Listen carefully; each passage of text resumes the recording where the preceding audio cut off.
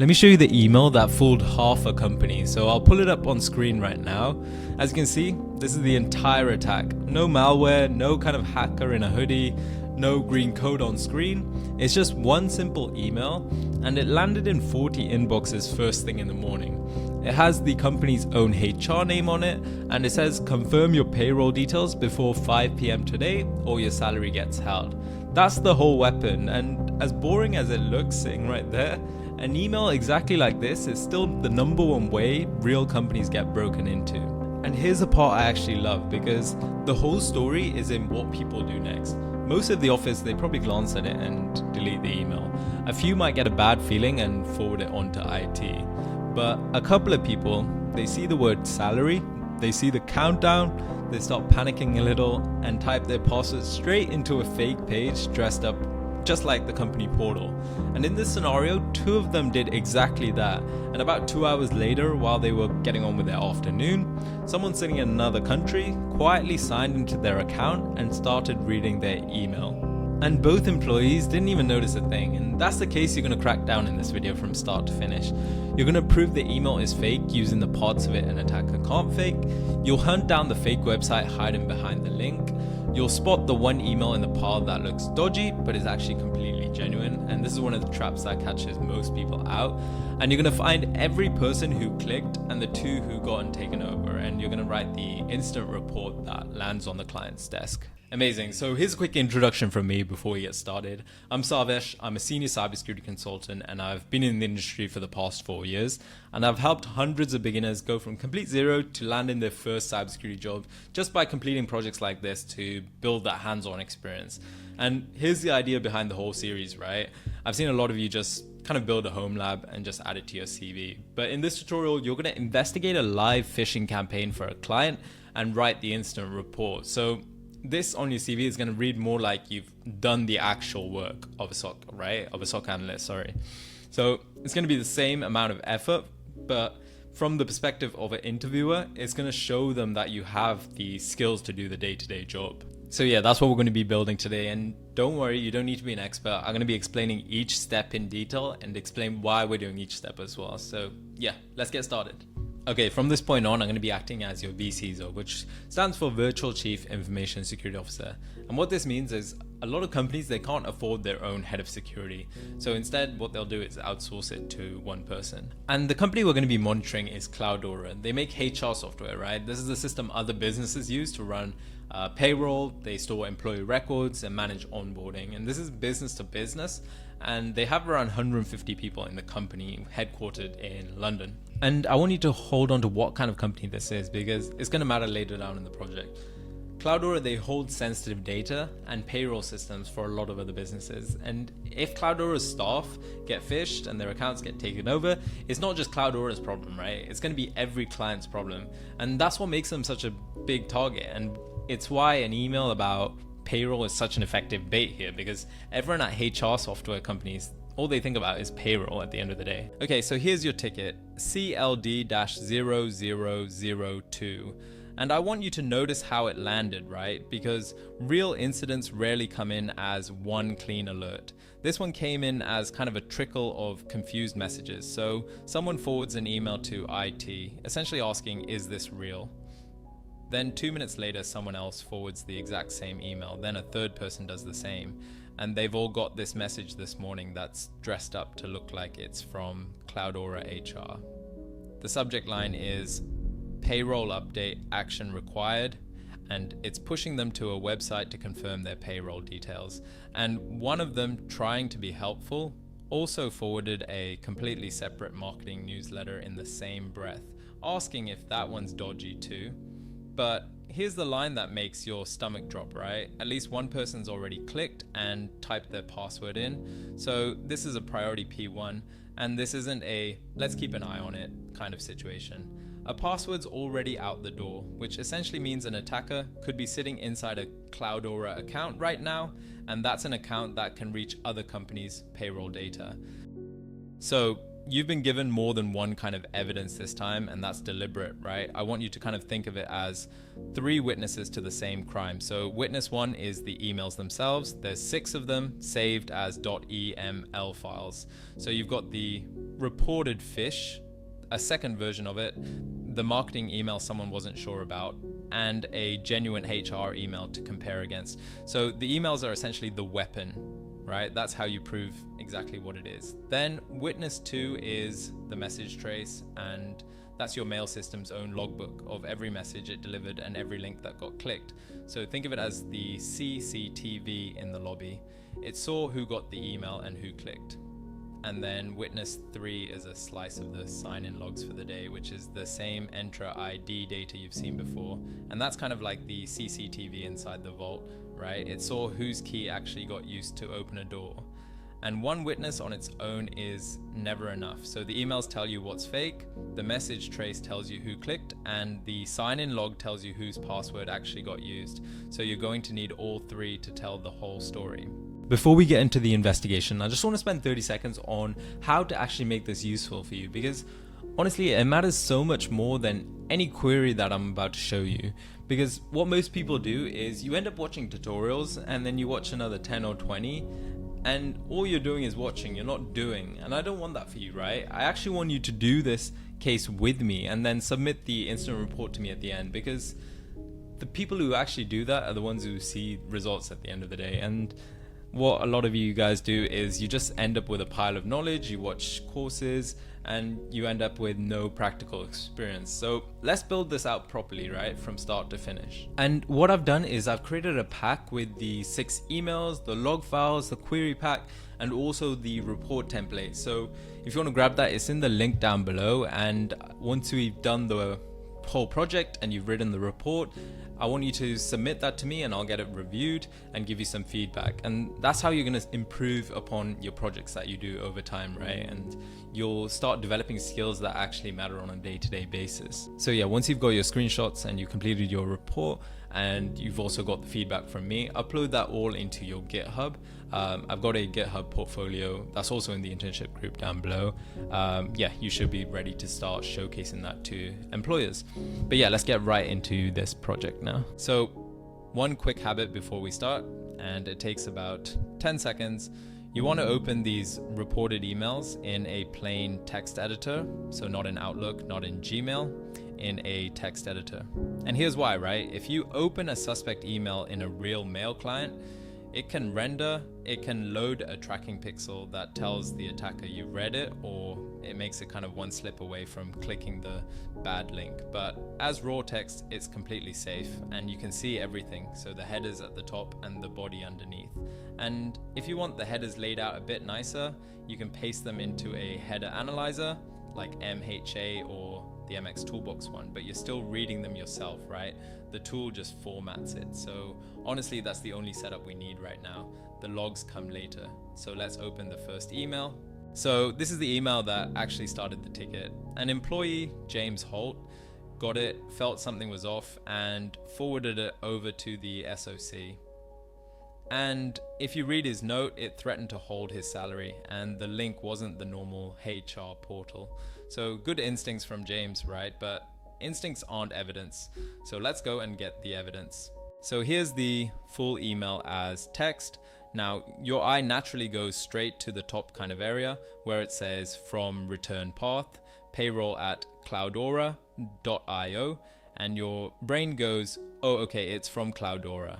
But stop, because that's exactly what the attacker wants you to think. So here's the single most important idea in email analysis, and I want you to kind of hold on to this one for your whole career, right? I want you to picture an email as a letter in an envelope. So the attacker controls everything that's written by hand, so the name on the front, the fancy letterhead, the words inside. Because anyone can scroll from your bank on an envelope, right? That proves nothing. But then there's a second set of markings that the sender does not control, and that's the postmarks the postal system stamps on as the letter travels, and the checks your mailroom runs when it arrives. So those get added by other people along the way, not by the sender. So the entire skill of reading a suspect email is basically this. You ignore the handwriting on the front and you read the postmarks. So let me show you where they are. So first, the authentication results. Every modern mail system runs 3 checks on incoming mail and writes the answer into a header called authentication results. So 3 checks and 3 fails. Let me tell you what each one actually means, because you're going to be reading these every day of a SOC career. So 3 checks, and each one's easy the moment you've got the right picture, right? So SPF is basically a guest list. Every domain publishes a list of the servers that are allowed to send email, as it kind of like the guest list at a club door. So the bouncer checks whoever turns up against that list. So SPF fail means the sending server wasn't on Cloudora.io's list. It rocked up claiming to be Cloudora, and the bouncer went, sorry mate, you're not on here. Then DKIM is a wax seal, right? So a genuine email from the domain gets stamped with this tamper-proof cryptographic seal, kind of like sealing wax pressed onto a letter, and that seal proves 2 things at once. 1, it really came from them, and 2, nobody steamed it open and rewrote it on the way. So DKIM fail means there's no valid Cloudora seal, or the seal's broken. And then DMARC is basically the company's official policy that ties the guest list and the seal together. So it essentially says, if a message shows up wearing our name, but it's not on our guest list and it doesn't carry our seal, here's what to do with it. So DMARC fail, action quarantine means the message broke Cloudora.io's own rule for its own name, and that rule said bin it. And Comporth is just Microsoft's 1-line summary of all of that, right? Fail with a spoof code. So put it all together. Not on the guest list, no wax seal, and it broke the company's own policy. So the letter's wearing Cloudora's name, and Cloudora's own security is telling you in 3 separate ways, that is not us. So let's nail it shut. Head over to the received headers, and remember those postmarks I mentioned? Well, this is them. So every mail server the message passes through stamps it exactly like a parcel picking up a sticker at each depot on its journey. And just like tracking a parcel, you read these from the bottom up, because the bottom sticker is the depot it first shipped from. So we need to find that first outside hop. As you can see, an email claiming to be Cloudora HR actually came from a server called mail.cloudora-hr-portal.example at IP 198.18.44.23. And that is not a Cloudora server. So write that IP down, because that's your first indicator, and we're going to hunt with it later. And here's one more giveaway, and it's the kind that convinces a skeptical manager. So look at the reply to. The from says payroll at cloudora.io, but the reply to, which is where your reply actually goes if you hit reply, is hr-support at cloudora-hr-portal.example. So if you replied to HR just to ask a quick question, your message would leave the company and go straight to the attacker, right? So the from says one thing and the reply to sends you somewhere completely different. That's a classic. So let's put it all together and say the verdict out loud, because this is exactly what you're going to write in the report. So this email spoofs cloudora.io. All 3 authentication checks fail. It actually came from an outside server on a lookalike domain. And the reply address points off to that same lookalike. So this is a phish, and I didn't have to guess once, right? Every single piece of that is a fact that's stamped into the message. And that's the difference between this feels dodgy and this is a spoof, and here's the proof. And only one of those actually goes in a report. So read that domain carefully, cloudora-hr-portal.example. Your eye sees the word Cloudora and just relaxes, right? But that is a completely different registered domain from cloudora.io. And here's the analogy that makes it kind of obvious. It's the difference between buying from Apple and buying from a market store that calls itself Apple Certified Deals Outlet. The word Apple is right there in the name. It's still not Apple, right? Or think about that scam text everyone's had, the one pretending to be your bank from something like yourbank-secure-verify.com. So the brand name is the bait and the rest of the domain is the tell. And attackers register these lookalikes precisely because human eyes read the familiar word and just skip the rest. So the real Cloudora HR portal, and you can actually see this in the genuine email in your pack, lives on cloudora.io, specifically myhr.cloudora.io. This link does not. So one is Cloudora and the other just has Cloudora in the name. And that's the whole scam. And one hard rule, right? Do not visit that link ever. In this pack, it literally can't go anywhere because it uses a reserved domain that doesn't resolve. But I want you to build the habit now. You never click the link in a phish just to check. What you do is you record it defanged so nobody clicks it by accident. And defanged just means you break it so it's not clickable. So now let's map the infrastructure because there's more than one email here, and comparing them tells you how big this thing actually is. So open the second variant and the first wave copy of the first variant side by side. So look at the sending IPs in the received lines.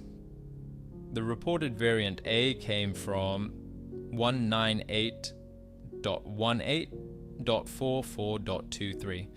But this other copy of variant A, the one a different employee got earlier that morning, came from 198.18.44.10. So same style of email, two different sending servers, but look, they're in the same neighborhood, right? 198.18.44 something. So that's one attacker using two machines in the same block.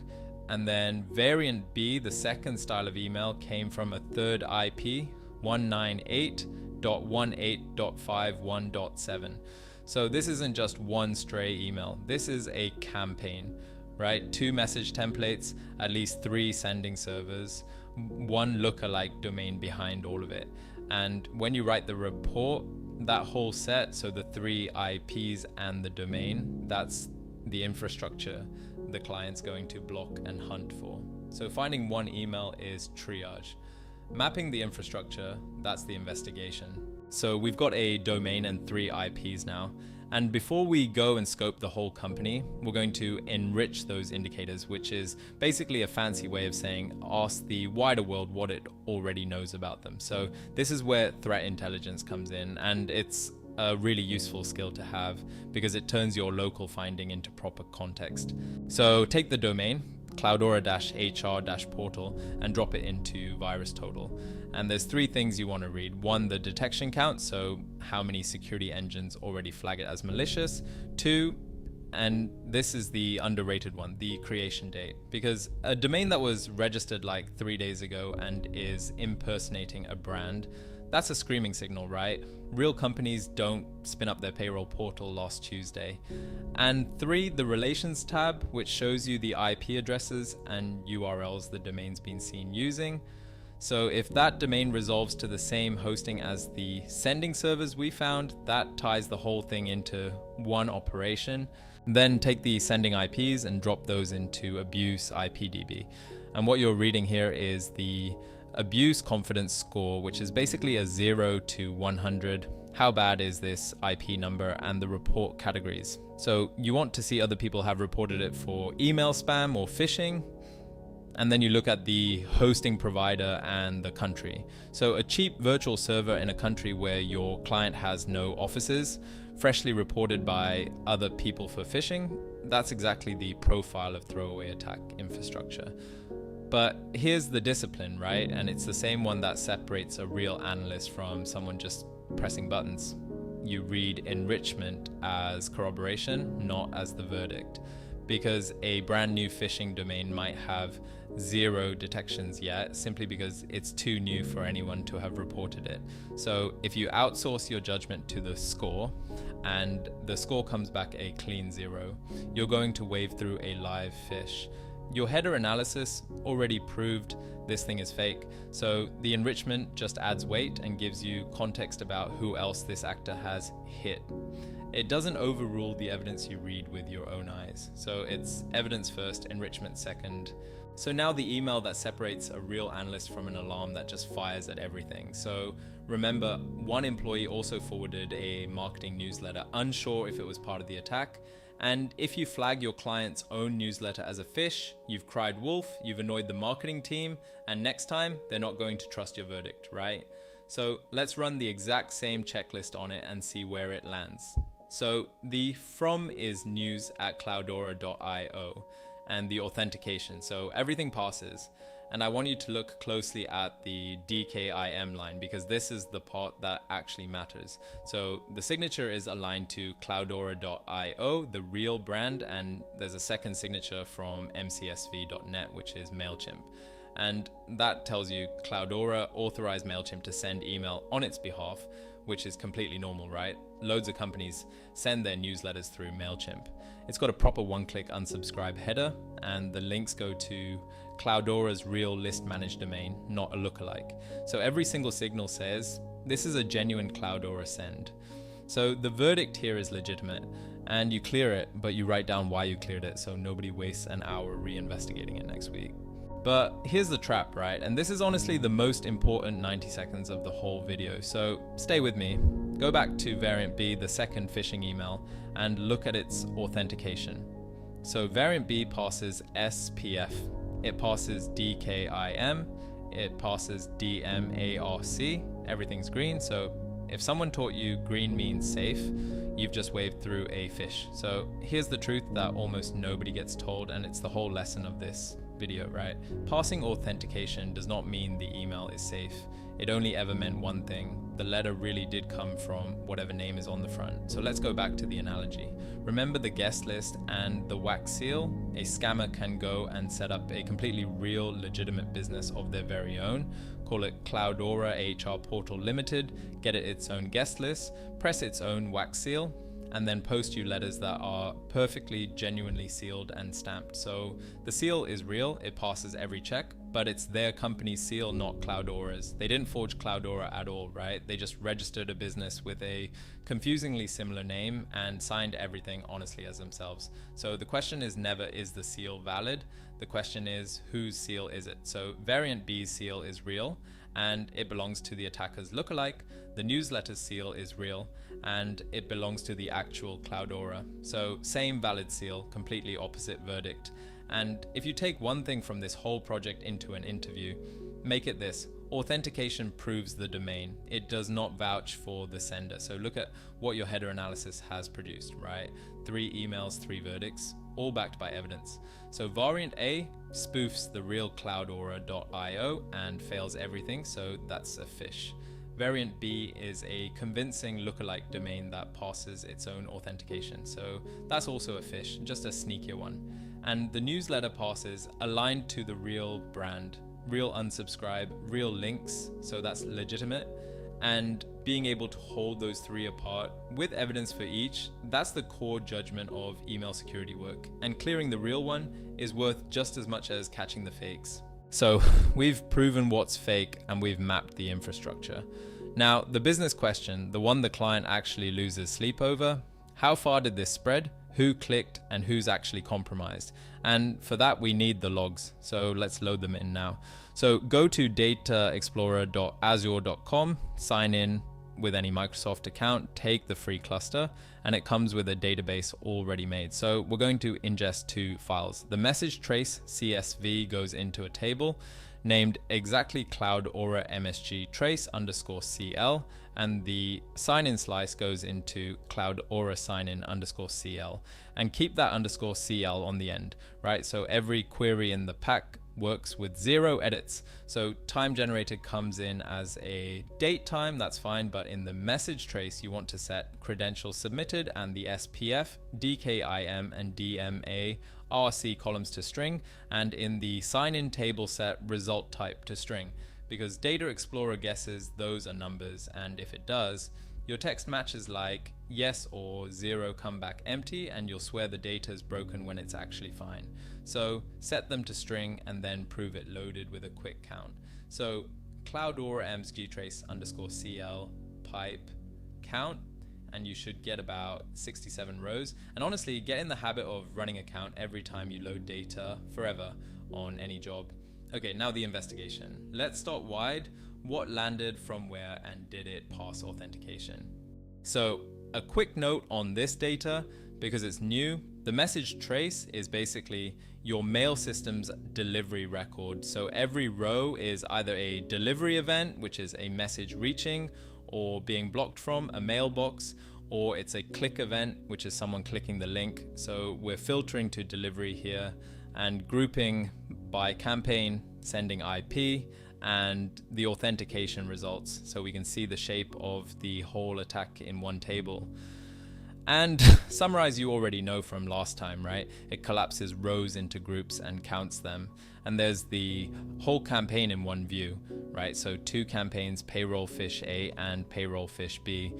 Variant A from those 198.18.44 IPs, SPFDK, IMD, MARC all fail. And if you look at the delivery action, some copies say quarantined.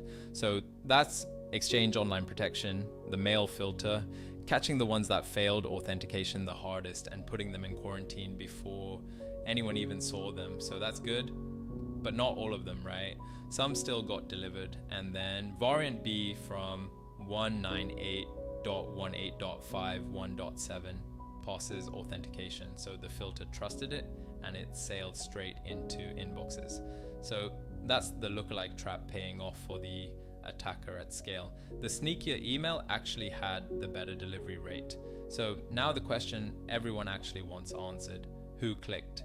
So 6 people clicked the link, but look at that last column, credentials submitted, because clicking and actually typing your password in are 2 very different levels of bad, right? So 4 of them clicked and stopped. They landed on the fake page and for whatever reason didn't type anything in, but 2 of them, Freya Lynn and Ryan Boyd, clicked and submitted credentials. So those 2 are your priority. You assume their passwords are now in the attacker's hands, and the other 4 are a lower tier, but they still clicked a live phishing link, so they're not off the hook either. So I want you to hold on to this distinction because it's a scoping skill, and I want you to picture it as your own house, right?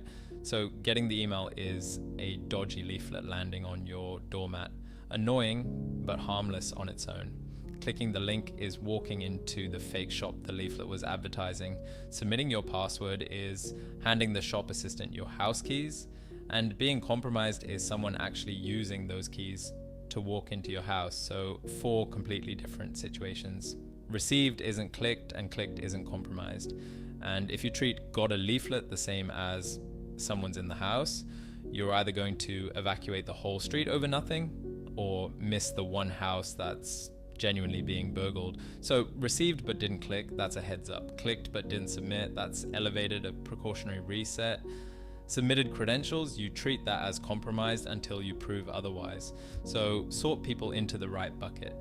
But here's the thing, right? Submitting your password is bad, but it's only actually a breach if the attacker used it. So let's check. We take the 2 who submitted credentials and we pull their sign-ins for the day. So 2 quick bits of KQL here. Lets you name a small result and reuse it. So here I'm building a little list called cred victims, which is the people who submitted credentials. And then the main query says, only give me sign-ins where the user is in that list. So it's basically how you feed the answer from one question into the next. And result type equals 0, same as last project, just means a successful sign-in. So let's read Freya's day. In the morning, she's signing in from Manchester on her iPhone like every other day. Totally normal. But then at 10:34, there's a successful sign-in on her account from a completely different place. 198.18.7.200 Amsterdam in the Netherlands on a Windows and Chrome machine she's never used. And that's about 2 hours after she submitted her password to the fake site. So this is impossible travel, right? 1 account, 2 cities, with no time to get between them. She was in Manchester at 8:30 and in Amsterdam at 10:30. So unless Freya keeps a teleporter in her desk drawer, that's not 1 person. That's 2, her, and whoever's holding her password. And now I want you to notice one more thing because it tells you exactly how they got in. So a burglar who picks a lock leaves scratches around the keyhole, right? And in our world, those scratches are a pile of failed login attempts in front of the success, someone standing there guessing. So look in front of the Amsterdam login. No scratches, no failures at all. The door just opens, first try. So that's not someone picking the lock. That's someone who was handed the key, and she handed it over herself on the fake page 2 hours earlier. So that clean first try sign in from a new country right after a phishing click, that's the signature of credential phishing. Read the shape of the login and it tells you the whole story. So Freya's compromised. And now we do the move that catches the victims you don't even know to look for yet. So think of that attacker IP 198.18.7.200 as a fingerprint we just lifted off the scene, right? We've got it now, so let's dust everything else for the same print. So we asked the data, every account this one IP successfully signed into. And look at this, it's not one name, it's two. So Freya, who we just confirmed, and then a second account. So the attacker used 2 stolen passwords, not one, and pivoting on their IP surfaced that second victim in a single query. So never assume one victim ever. And here's where I make the same teaching choice as last time, right? I'm not going to investigate that second account for you on camera, because honestly, the most valuable thing you can do right now is go and do it yourself with the exact same moves I just used on Freya. So confirm in the message trace that they clicked and submitted, build their sign-in timeline, and spot the attacker's session. And that's your task. So for the report right now, the finding is 2 confirmed compromised accounts, both from the same attacker IP in Amsterdam. So write that down and then go find the second one's full story yourself. So now we know what happened and we know who it happened to. We have to now stop it.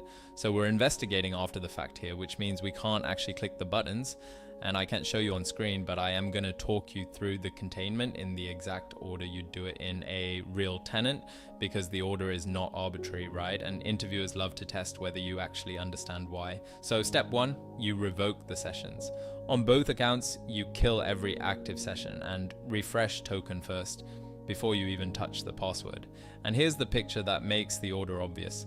Changing your locks does nothing if the burglar is already standing in your living room, right? He's in. New locks just stop him coming back later, but right now he's still inside. So revoking the sessions is what actually grabs him by the collar and throws him out of the house.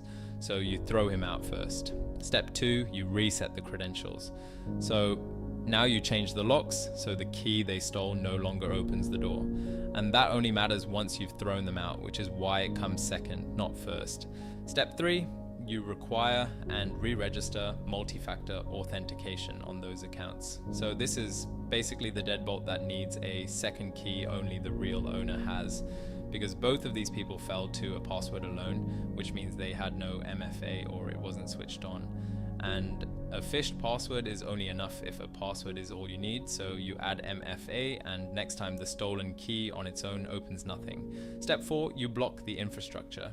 So all 3 sending IPs, the login IP in Amsterdam and the lookalike domain and its subdomains, they all go into your block lists at the mail gateway and the web proxy, so that infrastructure can't reach the company again. Step 5, you purge the phish, because the delivered copies are still sitting in inboxes, right? So you pull them using your mail platform's soft delete or 0-hour auto purge, so nobody clicks a copy tomorrow. And step 6, the one people treat as optional and really shouldn't, you verify. So you rerun your victim sign-in query and your attacker IP pivot, and you confirm there's no activity from that Amsterdam IP after your containment time. Because containment is just a claim until you've proven it in the logs. And honestly, I contained it, and here's the query proving no further attacker activity. Those are 2 completely different levels of hire. And name the framework, because it makes you sound like you've actually done this before. So the industry standard incident response lifecycle, the NIST model it runs: preparation, detection and analysis, containment, eradication, recovery, and post-incident activity. So let's map what we did onto it. Detection and analysis was reading the email and scoping the campaign. Containment is revoking sessions and blocking infrastructure. Eradication is resetting credentials, fixing MFA, and purging the phish. Recovery is bringing the accounts back into safe use. And post-incident is the report and the lessons learned. So you didn't just look at some emails, right? You executed a recognized IR lifecycle. So say it that way. So the golden order, and I want you to memorize this: revoke sessions, reset credentials, fix MFA, block infrastructure, purge the phish, verify. Okay, now the deliverable, the report. So here's the thing, nobody really tells beginners. The report is the job. The investigation you just did is worth nothing to the business until it's written down in a way a client can act on. So work that isn't documented essentially didn't happen. So this last step is not admin, right? It's the actual deliverable, and it's the thing you're going to be showing a hiring manager. So this is the blank template, and it's the same one from last project on purpose, right? Because a good report structure doesn't change with the incident. So we've got the executive summary, which is 4 or 5 sentences a non-technical person can understand. Then the timeline, everything in UTC with the source of each row. Then findings, so the facts you established, numbered, each one with its evidence. Then indicators of compromise, so the domain, the IPs, the URLs, so another analyst can hunt for and block the same attacker. Then the MITRE mapping, the technique IDs, then scope, so your tiers of affected accounts, then actions taken, which is the containment sequence, then recommendations, so how to stop this next time, and finally lessons learned, which is about the response, not the attacker. And here's the same report filled in for this incident, so that's CLD-IR-0002, also in the pack. So this is what done actually looks like. Let's read the executive summary out loud. On August 25th, 2026, an external attacker sent a payroll-themed phishing campaign to 40 Cloudora staff, impersonating Cloudora HR and asking recipients to confirm their payroll details on a lookalike website. 6 employees clicked the link and 2 entered their passwords. The attacker used both stolen passwords the same day, signing in to those 2 accounts from an address in Amsterdam. So no IP addresses, no query syntax, no jargon. The client's board could read that and know exactly what happened and how bad it is. And that's the skill, right? Taking everything technical you just did and saying it in a few plain sentences a business person can act on. So let me be clear about how to use this example, because there's a wrong way. Do not copy it, right? Because if you copy my report, you learn nothing and you can't defend it in an interview. What I want you to do is use it as a checklist after you've written your own. So, did I catch the same findings? Is every timeline row in UTC with a source? Does my executive summary actually make sense to someone non-technical? Did I map every technique? Did I remember to clear the false positive in writing? And that gap between your first draft and this example, that's exactly the stuff you need to practice. That gap is the learning, and I want you to notice the craft here. 2 completely different people read this one document, right? So at the top you've got the executive and the client. They read the summary and maybe the recommendations, and they need plain English and business impact. And at the bottom you've got the technical people, so the next analyst or the IT team. They read the timeline, the IOCs, the MITRE mapping, and they need precision and evidence. So a good report serves both without talking down to either, and it goes broad to deep. Summary first, detail after. And if you can write a document that a CEO and a SOC analyst both find useful, that's a skill that follows you into every senior role in this field. And one small discipline that punches way above its weight. Everything in UTC stated clearly, so nobody has to guess time zones. Every finding carries its evidence and its MITREID.